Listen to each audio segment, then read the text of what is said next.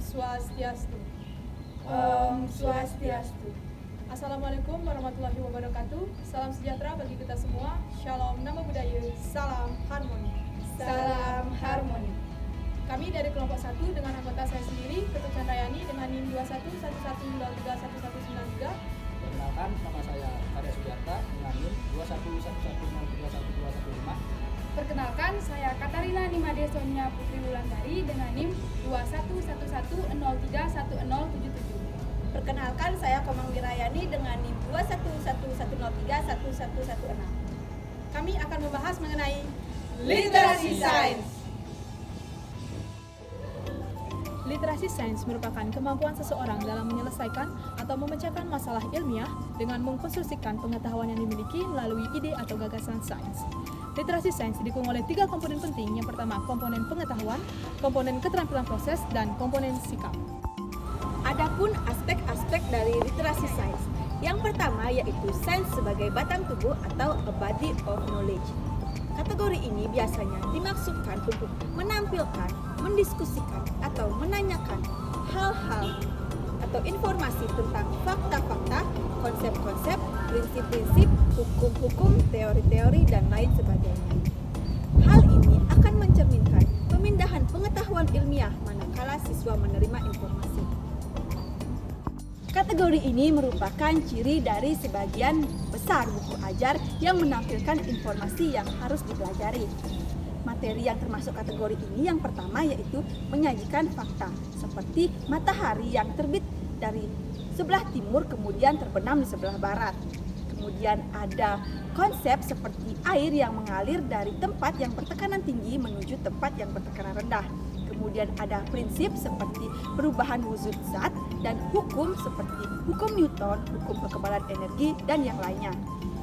Kemudian yang kedua, ada menyajikan hipotesis.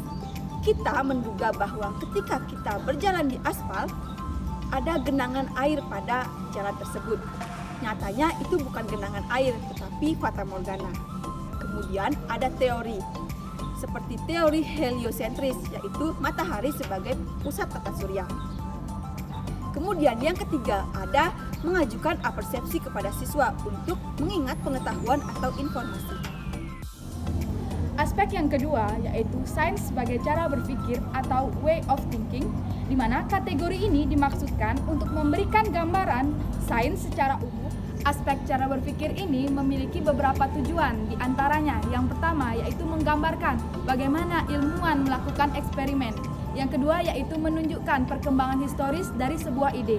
Yang ketiga yaitu menekankan sikap empiris dan objektivitas ilmu sains. Yang keempat yaitu mengilustrasikan dengan menggunakan asumsi-asumsi. Dan yang terakhir yaitu memberikan hubungan sebab akibat.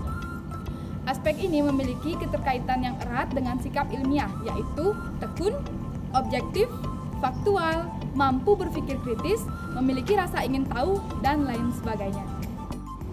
Aspek selanjutnya yaitu sains sebagai cara untuk menyelidiki atau way of investigating. Kategori ini dimaksudkan untuk menstimulasi cara berpikir siswa dan di mana siswa diajak untuk menyelidiki. Hal ini mencerminkan aspek inquiry dan belajar aktif yang melibatkan siswa dalam proses sains untuk melakukan observasi, mengukur, melakukan klasifikasi, menarik kesimpulan, mencetak data, dan melakukan perhitungan, kemudian melakukan percobaan, dan yang sebagainya. Pembelajaran ini memuat 5 kategori. Yang pertama, mengharuskan siswa untuk menjawab pertanyaan melalui penggunaan materi.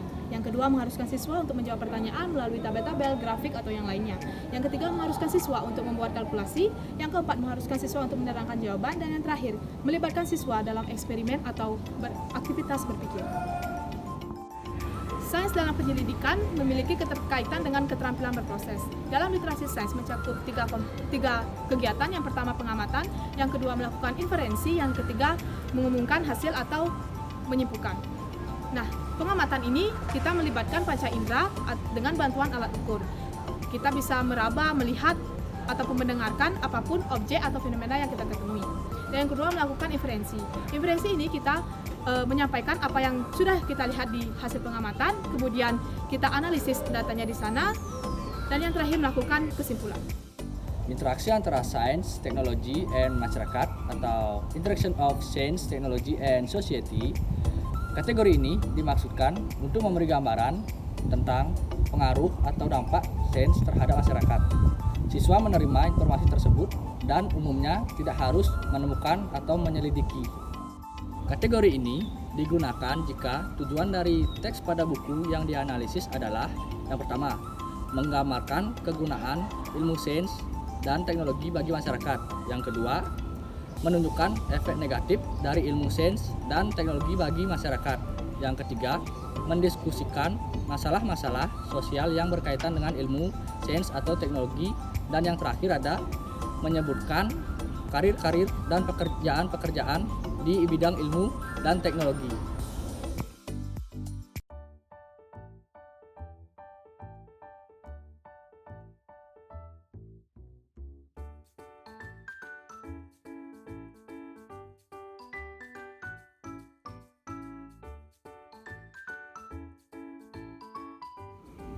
Nah, kamu tahu nggak? Aku bisa bikin belalai gajah. Yang benar. Benar, sini aku praktekin. Nah, untuk membuat belalai gajah ini itu memiliki alat dan bahan. Yang pertama itu ada botol yang sudah dipotong seperti ini, kemudian kain secukupnya, kemudian ada sabun cuci piring, ada wadah, air, dan ada gula.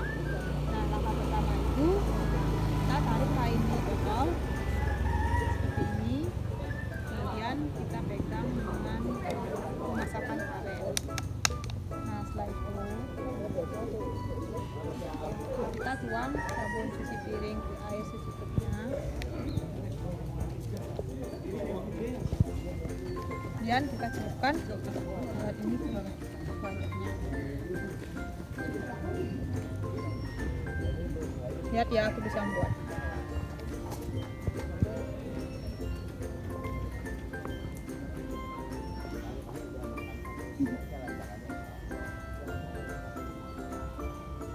Wah, kok bisa ya?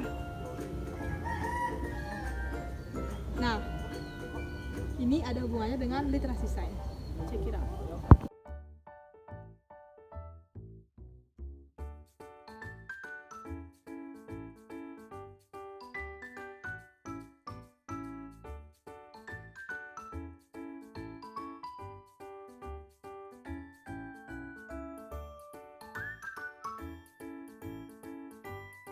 Arta, aku punya sulap tahu.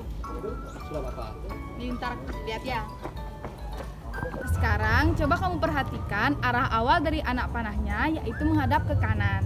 Ketika aku tambahkan atau letakkan gelas yang berisi air ini di depan anak panah, apakah posisi awalnya berubah? Wah, kok bisa begitu ya? Hal ini ada alasannya loh, terkait literasi sains.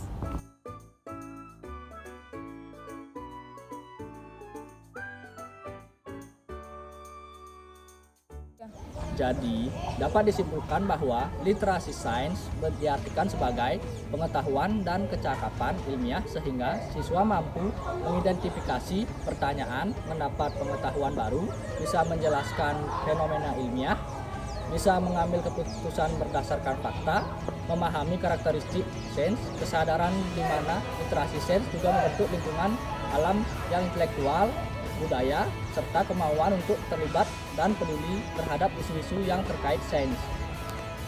Dengan ditingkatkannya literasi sains pembelajaran IPA SD, siswa diharapkan mampu berpikir secara kritis, rasional, kreatif, dan mudah untuk mengemukakan pendapatnya tanpa paksaan. Mampu menjadi siswa yang mandiri dan mampu bersaing serta mengikuti perkembangan zaman dan ilmu teknologi.